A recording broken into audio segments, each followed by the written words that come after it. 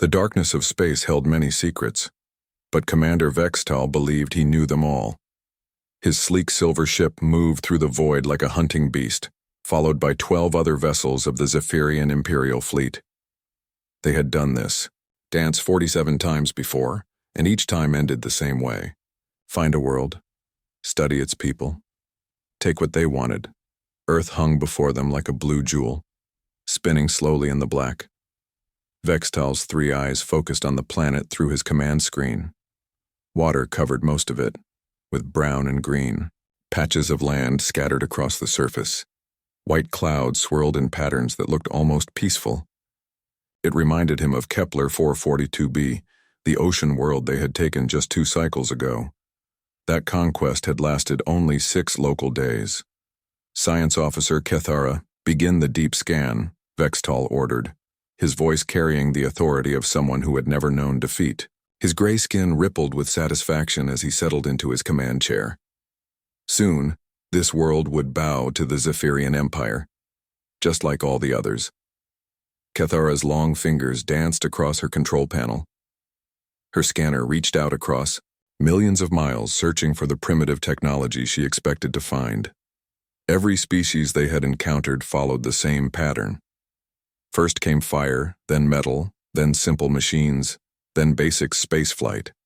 The humans appeared to be somewhere near the end of this sequence, which made them perfect targets. Scan initiated, Commander, Kethara reported. Initial readings show chemical propulsion signatures near their largest moon, detecting 1 vessel in the outer system, approximately 800 life forms aboard. Vextal nodded. This matched their expectations perfectly. A single ship with a small crew, probably running on crude chemical rockets or primitive fusion, at best. The Zaphirians had faced such technology before. Their plasma weapons could slice through such vessels like a blade through mist. Far away, near the ice giant the humans called Neptune, Captain Jake Morrison stood on the bridge of the UN's Defiance. He was a tall man with graying hair and calm eyes that had seen both the beauty and danger of deep space. Around him, his crew worked at their stations with the quiet efficiency that came from months of serving together. Captain, we're picking up something odd on the long-range sensors, reported Lieutenant Commander Steve Carter from his position at the sensor station. Steve was young for his rank, but his sharp mind had earned him respect throughout the fleet. There's something out there, but it's not showing up clearly. Morrison walked over to Steve's station and looked at the display. Strange energy patterns flickered at the edge of their detection range. They were faint, almost like shadows, but they moved with purpose. How many contacts do you think we're looking at? Hard to say, sir. Maybe a dozen, maybe more. They're using some kind of stealth technology that's interfering with our scans. Steve's fingers moved across his controls, trying to get a clearer picture. Whatever they are, they're definitely not natural phenomena. Chief Engineer Lisa Barnes looked up from her engineering station. She was a woman who understood machines better than most people understood other people. Her brown hair was pulled back in a practical style, and her coveralls bore the stains of someone who worked with her hands. Captain, should I bring the fusion reactors to full power? If we need to move fast, I want to be ready. Morrison considered this. The Defiance was not just any ship. It was one of the newest vessels in the United Nations Space Fleet, packed with technology that would have seemed like magic just 50 years ago. But he had learned in his 20 years of service that caution often meant the difference between coming home and becoming a memorial plaque.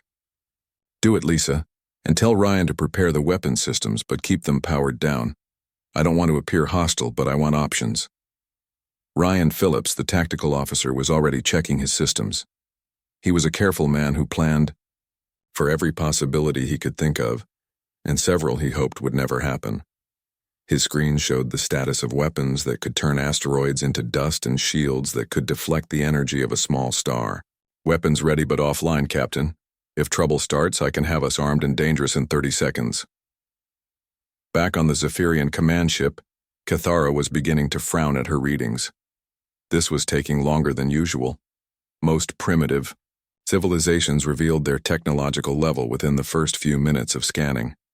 But the human vessel was proving difficult to analyze. Commander, I'm having trouble getting clear readings. she reported, her voice carrying a note of confusion that Vextel had rarely heard before. There's some kind of interference coming from their ship. The energy patterns are unusual. Unusual how? Vextal's confidence remained unshaken, but a small seed of curiosity began to grow in his mind. In 47 conquests, nothing had ever been merely unusual. The power signatures are stronger than expected. Much stronger. And there are energy patterns I don't recognize in our databases. Cathara's 3 eyes narrowed as she studied her displays. Sir, these readings suggest they have fusion technology that's more advanced than our initial estimates. Vextal moved to stand behind her station. He had lived for over 300 Earth years, and his experience told him that every species developed at roughly the same pace. Humans had only been in space for about 100 of their years, which should put them far behind Zaphirian technology. Yet the readings on Cathara's screen suggested something different. Continue the scan, he ordered. Focus on their weapons and defensive systems. I want to know exactly what we're dealing with. On the Defiance, Dr. Amy Foster was making her rounds in the medical bay. She was a woman who had dedicated her life to healing, but she understood that sometimes the best medicine was preventing violence before it started. Her medical scanners could detect biological threats from vast distances, and today they were picking up something very strange. Captain, she called over the ship's communication system. I'm detecting non-human biological signatures at extreme range. Whatever's out there, it's definitely not from Earth. Morrison felt his pulse quicken slightly. First contact with an alien species was something every space officer trained for, but none of them expected it to actually happen. The implications were enormous. Humanity was no longer alone in the universe. All stations yellow alert, Morrison announced. We may be about to make history, people. Everyone stay sharp and remember your training. The two forces continued to study each other across the vast emptiness of space, neither knowing that this moment would change both their species forever. The Zaphirians expected to find another primitive world to conquer. The humans expected to explore and learn as they always had. But space had other plans for both of them. Science Officer Cathara stared at her scanning display with growing confusion. The numbers dancing across her screen made no sense. She had performed deep scans on thousands of primitive vessels, and they all followed predictable patterns. Chemical, rockets, basic metals, simple electronics. But the human ship showed energy readings that defied everything she knew about technological development. Commander Vextal, she called, her voice tight with uncertainty. These readings cannot be correct. The human vessel is showing fusion reactor efficiency ratings of 97%. Our own reactors only achieve 84% efficiency. Vextal's confidence flickered for the first time in decades. He moved to her station and looked at the display himself. The numbers were clear, but they were impossible. How could a species that had barely left their home planet have fusion technology superior to the Zaphirian Empire? Run the scan again, he ordered. There must be an error in our equipment. While Cathara began her second scan, the human ship continued its patrol route around the ice giant Neptune. Captain Morrison stood in the center of his bridge, watching his crew work with practiced efficiency. The yellow alert had heightened everyone's focus, but they remained calm and professional. Captain, I'm getting clearer readings on those contacts, Steve Carter reported from his sensor station. 13 vessels, all using active scanning technology. They're definitely studying us. He paused, adjusting his controls. Sir, their scan patterns are very aggressive. This isn't passive observation, they're looking for weaknesses. Morrison nodded grimly. In his years of service, he had learned to trust his instincts, and right now those instincts were screaming danger. Lisa, how are our systems holding up under this scanning? Chief Engineer Barnes checked her displays from the engineering station. All systems normal, Captain. Our quantum encryption is holding. They can see our energy signatures, but they can't access our computer systems or detailed technical specifications. She looked up with a slight smile. Whatever they're using to scan us, our countermeasures are keeping the important stuff private. What Barnes didn't mention was how advanced those countermeasures actually were. The Defiance used quantum entanglement communication arrays that could send messages instantly across any distance. Its computers operated on principles that most species took millennia to develop, and its defensive systems included technologies that humanity had developed through necessity rather than gradual evolution. On the Zaphirian command ship, Cathera's second scan was complete, and the results were even more disturbing than the first. Commander, the readings are consistent. The human ship possesses technology that should not exist for their level of development. She highlighted different sections of her display as she spoke. Their hull composition includes materials I cannot identify. The atomic structure suggests programmable matter that can adapt and reshape itself. We have theoretical research on such materials, but no practical applications. Vextal felt a cold sensation spread through his chest. Programmable matter was something the Zaphirian Empire had been trying to develop for over 2 centuries. If humans had mastered it, they were far more advanced than any species the Empire had ever encountered. What about their weapons? He asked. Cathera's expression grew even more troubled. That is where the readings become truly alarming, Commander. They have what appears to be magnetic acceleration technology. Based on the energy signatures, they can propel projectiles to significant fractions of light speed. The bridge of the Zaphirian command ship fell silent. Kinetic weapons at relativistic speeds were devastating beyond imagination. A small piece of metal moving at 30% of light speed could destroy a planet. The implications were terrifying. On the Defiance, tactical officer Ryan Phillips was running his own scans of the alien vessels. His job was to assess threats and prepare responses, and what he was seeing made him very uncomfortable. Captain, those ships out there are definitely military vessels. I'm reading weapons signatures that look like plasma-based energy systems. How would we fare against them in a fight? Morrison asked. Ryan considered the question carefully. Hard to say without knowing their exact capabilities, sir. Our magnetic cannons have superior range and power, but they have numerical advantage. If it comes to combat, I'd recommend we try to keep our distance and use our speed advantage. What Ryan didn't mention was that the Defiance's magnetic cannons were just one part of an integrated weapons system that included particle beam arrays, quantum torpedoes, and defensive systems that could manipulate local spacetime. The ship was designed not just to fight, but to win against overwhelming odds. Dr. Amy Foster continued her medical scans from the ship's advanced medical bay. Her equipment could analyze biological signatures at the molecular level, and what she was discovering about their visitors was fascinating. Captain, I'm reading biological data that suggests our visitors are carbon-based life forms, but with some interesting differences. They appear to have 3-chambered hearts and enhanced bone density. They're probably stronger and more durable than humans. What she didn't add was that her medical bay contained nanotechnology that could rebuild damaged tissue at the cellular level, extend human lifespans indefinitely, and even enhance human physical and mental capabilities. The medical technology aboard the Defiance was centuries ahead of what most species achieved naturally. Back on the Zaphirian ship, Commander Vextal was beginning to feel something he had never experienced before in his long military career: doubt. Every new piece of data from the human vessel suggested that his fleet had encountered something unprecedented. Cathera, what is their communication technology like? He asked. The science officer's hands trembled slightly as she adjusted her controls. Commander, they appear to be using quantum entanglement for communication. The energy patterns suggest instantaneous information transfer across any distance. This is technology that exists only in our most advanced theoretical models. Vextal closed his eyes and tried to process what he was hearing.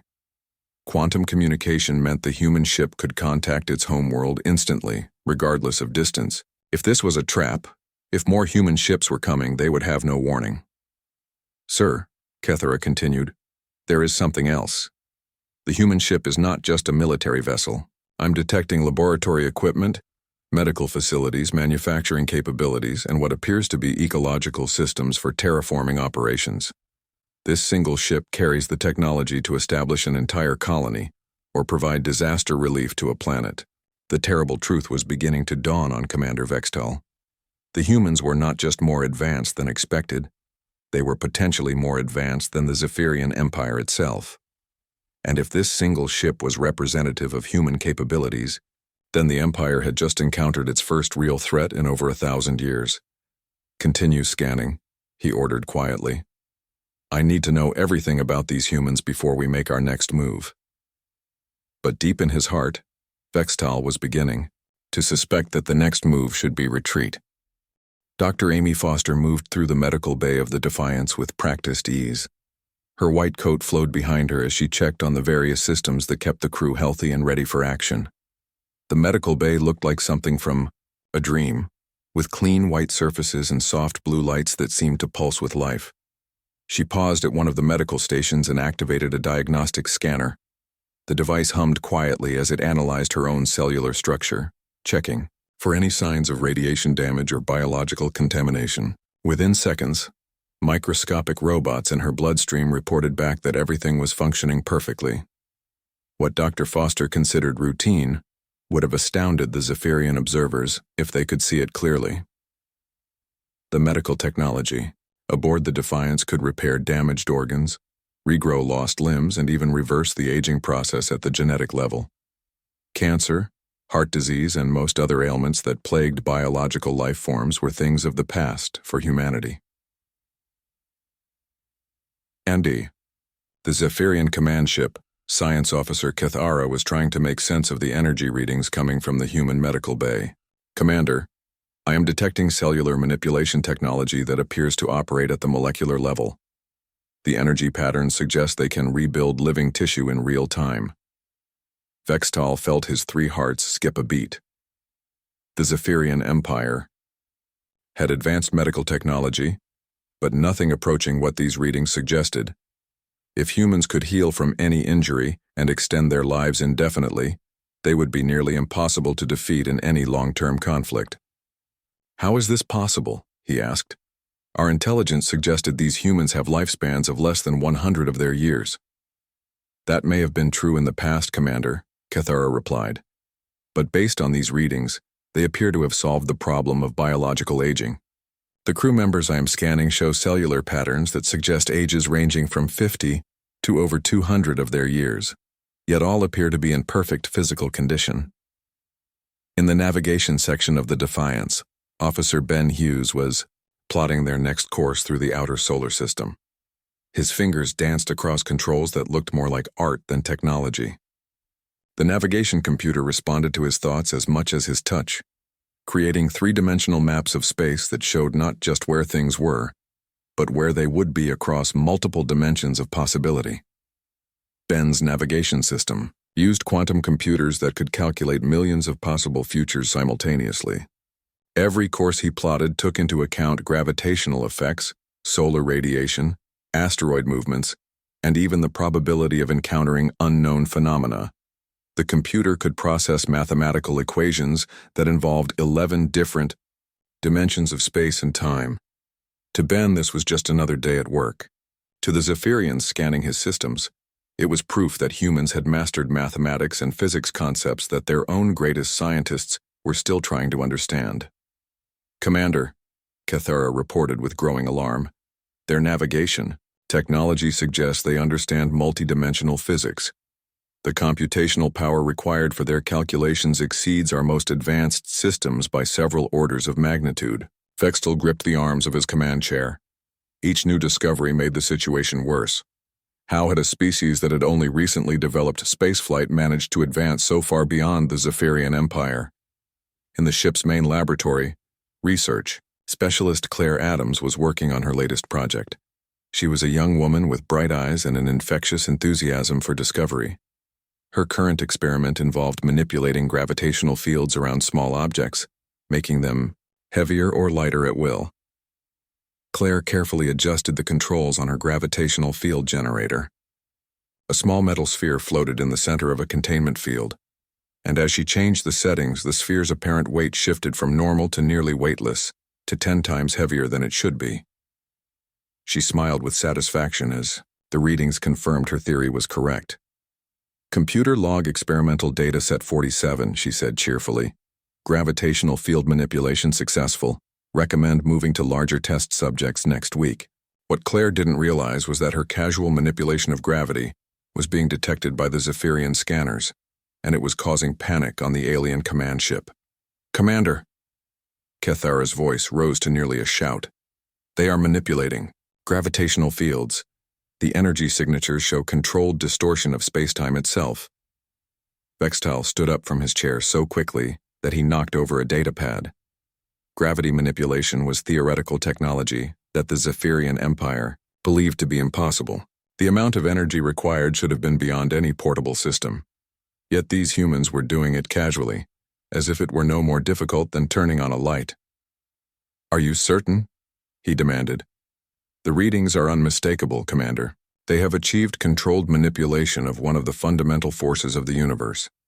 With this technology, they could create artificial gravity, manipulate the mass of objects, or even create localized space-time distortions." The implications were staggering. If humans could manipulate gravity, they possessed technology that could reshape the very fabric of reality. They could create weapons that warped space itself, or defenses that redirected energy across dimensional boundaries. Back on the Defiance, Captain Morrison was receiving regular updates from his crew.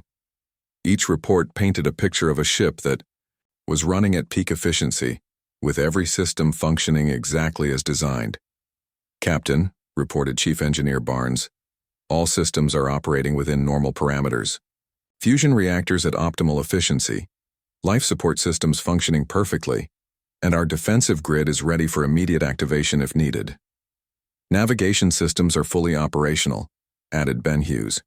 "I have 17 different escape routes plotted, plus 34 tactical approach vectors if we need to take aggressive action."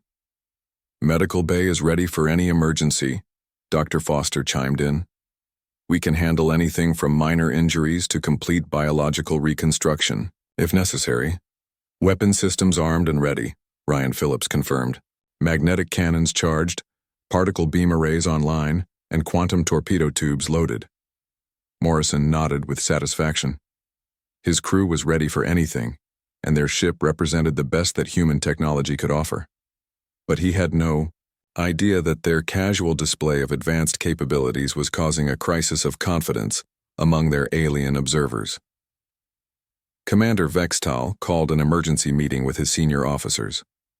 As they gathered in the briefing room of the Zaphirian command ship, the weight of their discovery hung heavy in the air. "Officers," Vextal began, "we face a situation unlike any in our empire's history. The humans possess technology that surpasses our own in multiple critical areas. Their medical technology can repair any injury. Their computers can process calculations beyond our understanding. Their weapons can destroy targets at interstellar distances. And now we discover they can manipulate the fundamental forces of the universe itself." The room fell silent as the implications sank in. Every officer present had participated in successful conquests before. They had overwhelmed primitive civilizations with superior technology and tactical knowledge. But this was different. This time, they were the primitive ones. "What are your orders, Commander?" asked his tactical officer. Vextal looked out at the distant human ship, still peacefully patrolling the outer solar system. The humans showed no signs of aggression, but their very existence represented a threat to everything the Zaphirian Empire believed about their place in the galaxy. "Continue scanning," he said finally. "I need to understand the full extent of their capabilities before making any decisions, but prepare the fleet for immediate withdrawal if necessary." For the first time in his long career, Commander Vextal was beginning to consider the possibility of retreat. The Zaphirian communication interceptors worked silently in the darkness of space, capturing every signal that passed between the human ship and the rest of their civilization. What Commander Vextal and his crew discovered in those transmissions was perhaps more disturbing than all the advanced technology they had witnessed. Science Officer Kethara looked up from her communication analysis station with a puzzled expression. "Commander, I have been studying the human communication patterns, and I am finding something very strange about their military philosophy."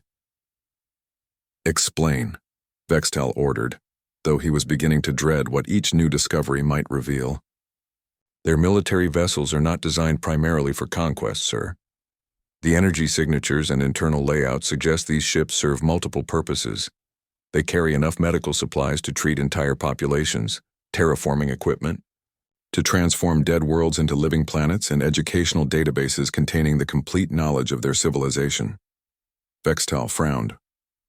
In his 300 years of military service, he had never encountered a species that built warships capable of healing and creating rather than just destroying. Are you saying their military ships are also exploration and aid vessels? That appears to be correct, Commander. Each human warship seems designed to operate independently for years, providing disaster relief, establishing colonies, or conducting peaceful research missions. They are prepared for war but built for peace. On the bridge of the Defiance, Captain Morrison activated the ship-wide communication system. His calm voice reached every corner of the vessel, from the engine rooms deep in the ship's heart to the observation decks near the outer hull. "Attention all crew members," Morrison began. "We have confirmed the presence of alien vessels observing us from long range. We don't know their intentions, but we will proceed according to standard first contact protocols. Remember, we represent not just the United Nations Space Fleet, but all of humanity. We explore the stars not to conquer new worlds, but to understand them. We carry the hopes and dreams of Earth not as weapons of war, but as gardeners of the galaxy." The Zaphirian interceptors captured every word, and Vextal listened to the translation with growing unease. Gardeners of the galaxy? What kind of military commander spoke of gardening when facing potential enemies? "We have advanced technology and powerful weapons," Morrison continued. "But these tools serve a higher purpose. We use our knowledge to heal the sick, our engineering skills to build homes for the homeless, and our strength to protect those who cannot protect themselves. If these visitors come in peace, they will find friends among the stars. If they come with hostile intentions, they will discover that humans defend not only themselves, but anyone they consider worthy of protection." The captain's words were translated and analyzed by the Zaphirian computers, but the concepts he expressed were almost impossible for the alien mindset to understand. How could a species develop such advanced military technology while maintaining such peaceful intentions? Chief Engineer Lisa Barnes was in the main engineering section, discussing ship modifications with her team. The Zaphirians intercepted these technical conversations and found them deeply troubling. "We should consider upgrading the medical replicators in Section 7, Barnes said to her assistant. "If we encounter refugee populations during this patrol, we want to be able to provide immediate humanitarian aid." "What about the terraforming equipment?" asked the assistant. "Should we prepare it for possible deployment?" "Always," Barnes replied. "Every mission could become a colony support operation. We might find a world that needs our help to become livable, or discover survivors who need a new home." The casual way these humans discussed transforming entire planets as acts of charity was beyond Zaphirian comprehension. The Empire used terraforming technology to create new worlds for their own expansion. The idea of giving such gifts to other species seemed wasteful and incomprehensible. Dr. Amy Foster was conducting her regular staff meeting in the medical bay. Her words, intercepted by the alien listeners, revealed another aspect of human philosophy that chilled the Zaphirian command staff. "Remember, our medical oath extends beyond our own species," Dr. Foster told her team. "We are prepared to treat any biological life form we encounter. Our nanobots can adapt to alien physiologies, and our surgical procedures can be modified for different anatomical structures. If we meet other intelligent life, we will offer healing to any who need it, regardless of their planet of origin." The idea that humans would willingly share their advanced medical technology with alien species, even potential enemies, was something no Zaphirian military manual had ever contemplated.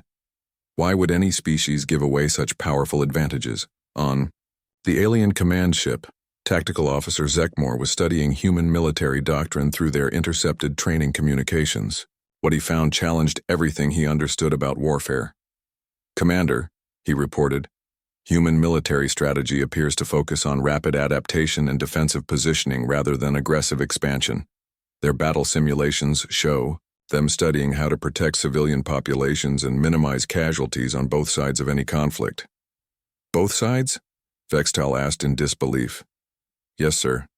They actually train their officers to find ways to end conflicts with minimal loss of life even among their enemies. Their tactical manuals discussed negotiation, prisoner treatment, and post-conflict reconstruction as integral parts of military planning. This revelation was perhaps the most shocking of all.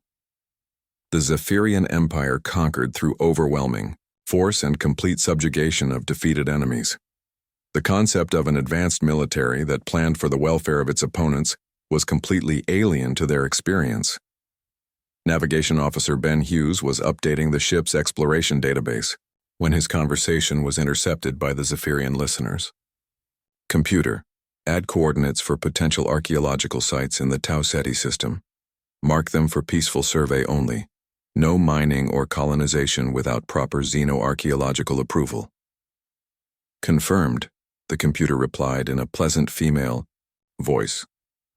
Tau Ceti sites marked for cultural preservation. Estimated arrival time for survey mission, 18 months assuming current exploration schedule. The Zaphirians realized that humans were not only expanding into space, but doing so with careful consideration for any civilizations they might encounter. They were exploring the galaxy as scholars and protectors rather than conquerors. Research. Specialist Claire Adams was discussing her gravity manipulation experiments with colleagues on Earth. The applications for humanitarian aid are incredible, she said excitedly. We could lift emergency supplies to disaster areas instantly, or create safe zones with modified gravity to protect civilians during natural disasters. Even their most advanced weapons research was being discussed in terms of helping others rather than dominating them. Commander Vextal sat in his command chair, processing all the intercepted communications. His greatest fear was beginning to take shape. The humans were not just technologically superior to the Zaphirian Empire. They were morally and philosophically evolved in ways that made them incredibly dangerous opponents. A species that fought to protect others, that shared advanced technology freely, that explored space as gardeners rather than conquerors, was a species that other civilizations would want to join rather than fight. If humanity ever decided to oppose the Zaphirian Empire, they would not face humans alone.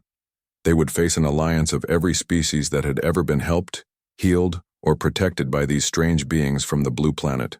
Sir, Cathara said quietly, I believe we need to reconsider our entire approach to these humans.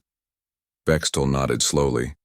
For the first time in the Empire's history, they had encountered a species that was more dangerous because of their kindness than their weapons. And that realization was more terrifying than any military technology could ever be. The final deep space scan changed everything. Science Officer Cathara had extended her sensors to their maximum range, hoping to get a complete picture of human capabilities in their home system. What she discovered made her blood run cold. Commander, Vextal, she called, her voice trembling with barely controlled fear. You need to see this immediately. Vextal rushed to her station, his 3 hearts beating faster than they had in decades. The display screen showed a web of energy signatures stretching throughout the entire Sol system. Dozens of quantum beacons pulsed with coordinated timing, creating a communication network that spanned billions of miles. How many ships? Vextal asked, though he dreaded the answer. At least 47 vessels, sir, all showing similar energy signatures to the one we have been observing. Each ship appears to be crewed by approximately 800 humans. Cathara paused, checking her readings again. Commander, based on their patrol patterns and response times, these ships can reach any point in their system within hours. The terrible mathematics hit Vextal like a physical blow. Nearly 40,000 humans, all equipped with technology superior to the Zaphirian Empire, all connected by instantaneous communication, all capable of coordinating their movements across interstellar distances. His 13 ships suddenly seemed pitifully small. On the Defiance, Tactical Officer Ryan Phillips was running routine combat simulations as part of his daily duties. He had no idea that alien eyes were watching, but if he had known, it might not have changed his work. The simulations he ran were standard for human military training. Computer, begin Tactical Scenario 47, Ryan said calmly. Multiple hostile contacts, unknown technology, protection of civilian populations required. The simulation began, and Ryan's tactical display lit up with hundreds of possible battle scenarios. His training showed him how to coordinate with other ships, how to adapt to unknown weapons, how to protect non-combatants, and how to respond to threats with overwhelming force when diplomacy failed. What made the simulation truly terrifying to the watching Zaphirians was not the weapons or tactics, but the speed of adaptation. Ryan's computer could analyze enemy technology in real time and develop countermeasures within minutes. Human military doctrine assumed they would face superior enemies and had prepared accordingly. Simulation complete, the computer announced. Human tactical response successful in 94% of scenarios. Estimated enemy casualties minimized through rapid victory and surgical strikes. The Zaphirians listening to this routine training exercise realized that humans did not just have superior technology. They had trained extensively to fight enemies, more advanced than themselves, and their success rate was terrifyingly high. Navigation Officer Ben Hughes received a routine communication from Earth Command that the alien interceptors captured automatically. The casual nature of the message was more frightening than any military threat could have been. "Defiance, this is Earth Command," came the transmission. "Please confirm your status. We show all patrol sectors secure. Mars terraforming project is ahead of schedule, and the Alpha Centauri research station reports successful contact with local microorganisms. Tau Ceti colony ship is preparing for departure next month." Ben responded cheerfully. "Earth Command, this is Defiance. All systems, green patrol sector secure. We have detected unknown contacts but nothing requiring immediate support. We'll report any developments." The Zaphirians suddenly understood that humans were not confined to their home system. They had already spread to other stars, establishing colonies and research stations across multiple light years. The species they had planned to conquer was already becoming an interstellar civilization. Dr. Amy Foster was updating her medical logs when she made an entry that the alien listeners found deeply disturbing. Personal log, stardate 2387.4. The latest nanobotic treatments have successfully extended Captain Morrison's biological age to his physical prime, despite his chronological age of 167 years. Similar treatments are now standard for all crew members. The casual mention that their captain was nearly 2 centuries old, yet physically in perfect condition, revealed another aspect of human advancement. These were not just technologically superior beings. They were biologically immortal, with lifespans that could span millennia. Commander Vextel called his final emergency meeting. His senior officers gathered in the briefing room, their faces showing the strain of the last several hours. Each new discovery had made their situation worse, and now they faced a truth that none of them wanted to accept. "Officers," Vextal began, "we have completed our analysis of the human civilization. They possess technology superior to our own in every category we have examined. Their ships outnumber ours by more than 3 to 1. Their weapons can destroy targets at interstellar distances. Their defenses can adapt to unknown threats in real time. Their medicine has made them effectively immortal, and their philosophy makes them natural leaders of any interstellar alliance." He paused, looking at each face around the table. "But, most importantly, they have spread beyond their home system. If we attack them here, we will face not just the local defense fleet, but reinforcements from multiple star systems. We would be fighting an interstellar civilization, not a single planet." Tactical Officer Zekmore spoke first. "Commander, what are your orders?" Vextal closed his eyes and made the hardest decision of his 300-year military career. "We withdraw immediately. Mark the Sol system as forbidden territory. Classification: extreme caution, advanced civilization, diplomatic contact only." "Sir," asked his communications officer, "what do we report to the Empire?" "The truth," Vextal replied. "We have encountered a species that has achieved technological advancement at an impossible rate.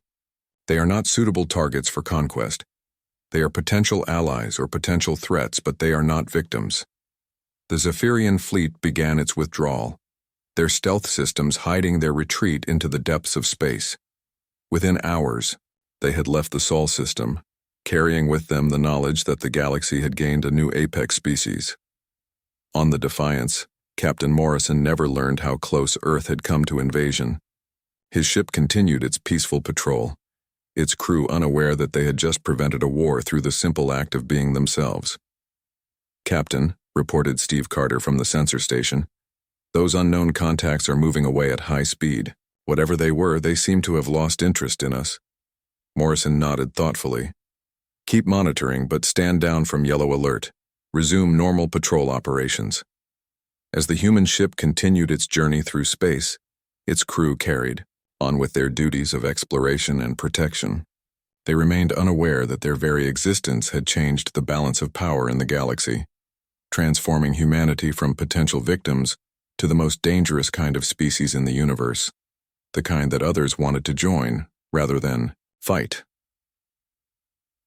In the depths of space, the Zaphirian fleet carried news back to their empire that would change their expansion plans forever. They had found Earth, but Earth had found them first, and that made all the difference in the galaxy.